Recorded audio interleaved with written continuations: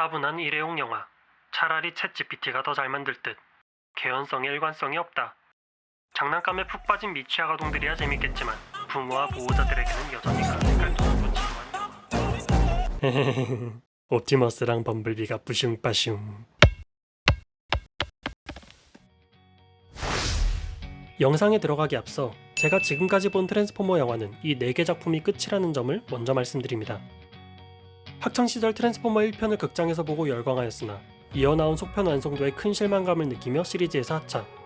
프랜차이즈의 몰락이라고 일컬어지는 3, 4, 5편의 경우 그냥 강 건너 불구경의 느낌으로 지켜봤었죠. 그러다가 2018년 리부트 작품인 범블비로 다시금 시리즈에 입문, 최신작 트랜스포머 비스트의 서막으로 덕통사고를 시게 당한 상태입니다. 그리고 이번 영상에서 저는 시리즈의 시작을 표방하면서 나온 2개의 작품, 2007년작 트랜스포머와 2023년작 비스트의 서막을 비교하며 그 소감을 이야기해보고자 합니다. 로봇의 매력도나 완성도 같은 걸 비교하고자 하는 것은 결코 아닙니다. 완구부터 애니메이션 시리즈까지 통달한 찐 덕후분들이 모여있는 이쪽 판에서 겨우 극장경 영화 4개밖에 안 본 제가 함부로 입을 털 수는 없을 테니까요. 그래서 저는 오히려 트랜스포머 영화 속 인간에 집중해서 이야기해보려 합니다. 캐릭터와 문화 2가지 관점으로 나눠서요. 미디어 매체 속 혐오적 표현과 다양성 요소에 관심이 많은 관객으로서 이번 2023년 작품이 꽤 유의미한 변화를 보여주었다는 생각이 들었기 때문입니다. 배우 샤이아 라보프가 연기한 2007년작 트랜스포머의 남자 주인공 샘 위드위키는 중산층 가정의 평범한 학생입니다. 인생에 있어서 가장 큰 고민이라고 해봤자 아빠가 자동차를 안 사주는 것과 여자가 자기를 안 만나주는 것 정도죠. 영화는 이 남성 캐릭터의 시선으로 진행이 됩니다. 말 그대로 얘의 시선으로요. 물론 메간 폭스가 연기한 미카엘라 베인즈 또한 그저 남자에게 구해지기만을 바라는 속칭 납치당한 공주님 포지션은 결코 아닙니다. 직접 차를 고치고 외계 로봇과 싸우며 적진에 용감히 뛰어들기도 하는 등의 강인하고 쿨한 캐릭터성을 보여주죠. 그러나 멋진 자동차와 섹시한 여자친구라는 남자들의 로망을 충족시켜주기 위해 미카엘라는 그저 주인공의 남성성을 과시하기 위한 트로피 역할에 머무르고 맙니다. 지금 시점에서 보면 섹시함은커녕 그저 불쾌할 뿐인 노골적인 카메라 무빙은 덤이고요. 그에 반해 이번 비스트의 서막 속 2 인간 캐릭터 노아 디아즈와 엘레나 월리스는 군더더기 없이 깔끔한 캐릭터 빌딩을 바탕으로 이야기를 이끌어가는 것이 느껴졌습니다. 생활고에 시달리는 전직 군인이자 아픈 동생을 걱정하는 든든한 형인 노아와 뛰어난 고고학 지식과 통찰력을 가졌으나 자신의 능력을 인정받지 못하는 인턴 엘레나. 그들은 각각 내가 사랑하는 사람을 지키기 위해 그리고 자신의 능력을 증명해내기 위해 트랜스포머의 세계관 속으로 직접 뛰어듭니다. 그리고 인류 전체가 멸망할 수도 있는 거대 로봇들의 전쟁에 한낱 인간의 몸으로 뛰어난 활약을 보여주죠. 이 점은 영화의 몰입도 측면에서도 매우 긍정적인 효과를 발휘합니다.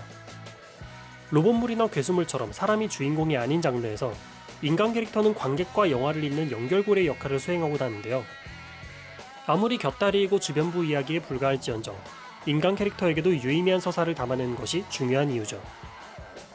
그리고 개인적인 감상으로는 증조 할아버지가 발견한 외계 유물 때문에 얼떨결에 로봇 전쟁에 휩쓸린 샘보다 나와 내가 사랑하는 사람을 위해 전쟁에 나서는 노아와 엘레나의 서사에 훨씬 더 몰입되는 것이 느껴졌습니다. 다소 뻔할지언정 누구나 공감하고 받아들일 수 있는 행동 동기일 테니까요. 이 영화에서 또 마음에 들었던 것은 인간 캐릭터뿐 아니라 인간 문화에 대한 존중도 잊지 않았다는 것입니다. 여러분들은 혹시 에인션트 아스트로넛, 우리말로 고대 우주 비행사설이라고 불리는 이론을 알고 있나요? 고대의 우주인이 지구로 날아와서 초고대 문명을 하사했다는 주장을 담고 있는 이론이죠.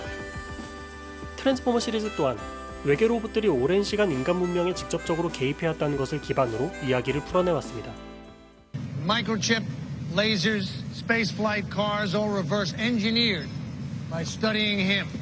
그런데 이 이론은 기반 사상 자체가 유색인종들에게는 매우 불쾌할 수밖에 없습니다. 어떻게 인간이 이렇게 뛰어난 문명과 기술을 갖출 수 있었겠냐? 얘네들은 외계인의 도움을 받았던 것이 틀림없다. 서구인들의 관점으로 타문화를 바라보는 오리엔탈리즘적 편견이 깔려있기 때문이죠. 피라미드 외계 문명 축조설이나 나스카 평원 UFO 활주로설 등의 각 국가들의 격렬히 불쾌함을 표현하는 이유이기도 합니다. 이에 반해 이번 비스트의 서막은 페루의 잉카 문명을 영화의 주 배경으로 사용하면서도 이러한 패착을 저지르지 않습니다. 주요 캐릭터인 옵티머스 프라이머의 입을 빌려 그 모든 문명은 인간 창의력의 결과물이라고 확실하게 못을 박죠. 그러면서 인간들과의 공생관계, 동반자 역할을 함께 강조하고 있습니다. 로봇이 주인공인 시리즈물이지만 실존하는 인간 문화에 대한 존중도 놓치지 않는 영화, 얼마나 멋집니까? 최소한 지구멸망 무기랍시고 세계 7대 불가사의를 거대 로봇으로 휘적휘적 치워버리는 영화보다야 훨씬 낫지 않겠습니까? 마지막으로 이 영화의 제작진분들에게 감사의 말씀을 전하고 싶습니다. 불편하거나 거슬리는 요소 없이 그저 머리를 비우고 어린아이처럼 열광하며 볼 수 있는 로봇 영화라니, 힘들고 고된 세상에 찌든 어른 관객인 저에게 있어 정말이지 선물과 같은 작품이었거든요.